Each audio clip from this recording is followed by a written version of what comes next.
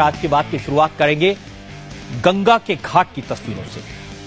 ये तस्वीरें, ये वीडियो मैं आपको इसलिए दिखा रहा हूं क्योंकि आपको भी हैरान कर देगी।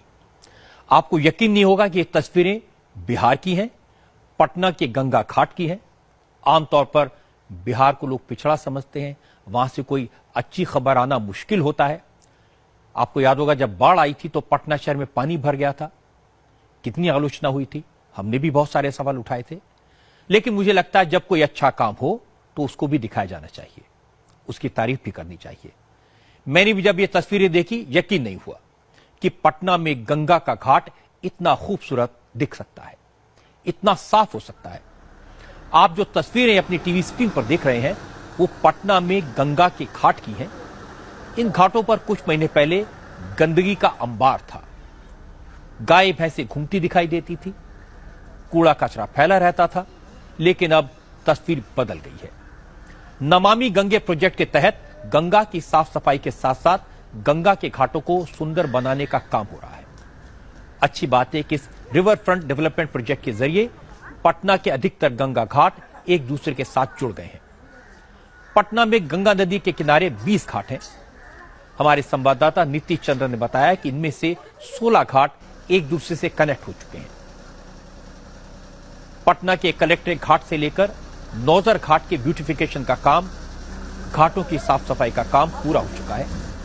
यह पूरा स्ट्रेच करीब 6 किलोमीटर का है और इस पूरे रास्ते में कहीं भी गंदगी का नामो निशान नजर नहीं आता। नमामि गंगे नरेंद्र मोदी का पेट प्रोजेक्ट है और उसके तहत यह काम हुआ है। घाट की दीवारों पर खूबसूरत पेंटिंग दिखाई देंगी। लोगों की सुविधाओं के लिए इंतजाम किए गए हैं। अब पटना में रहने वाले लोग यहां सुबह मॉर्निंग वॉक करने आ सकते हैं और शाम को गंगा किनारे टहलने के लिए परिवार के साथ, दोस्तों के साथ आ सकते हैं। पटना के लोग तो बदलाव को रोज महसूस करते हैं। लोग अब घाटों पर मॉर्निंग वॉक करने आते हैं और स्टूडेंट्स गंगा किनारे बैठकर पढ़ते हैं। लोग दूर दूर से घाटों पर घूमने आते हैं। जो लोग दूसरे शहरों से पटना आते हैं उन्हें यकीन नहीं होता ये वही शहर है, ये वही जगह है जो उन्होंने पहले देखी थी। हमारे संवाददाता नीतीश चंद्र ने पटना के इन घाटों पर घूमने आए लोगों से बात की। लोगों का कहना था पहले इन घाटों पर आने का मन नहीं करता था, ये इलाका खंडर भूत बंगले जैसा दिखता था, लेकिन अब इतनी सुंदरता, इतनी साफ सफाई है कि यहां से वापस जाने को मन नहीं करता। अब मैं आपको दिखाता हूं रात के वक्त ये घाट कैसे दिखते हैं। रात को पूरा इलाका रंग बिरंगी रोशनी में डूब जाता है। लाइटिंग का अच्छा इंतजाम किया है, इसलिए जब लोग घूमने आते हैं तो हर घाट की अपनी अलग पहचान, अलग सुंदरता नजर आती है। पटना में गंगा किनारे रोज आरती होती है, लेकिन पहले के मुकाबले अब ज्यादा लोग इसमें शामिल होने लगे हैं। इन घाटों की सुंदरता के लिए अब तक 300 करोड़ रुपए खर्च किए जा चुके हैं। काम अभी जारी है।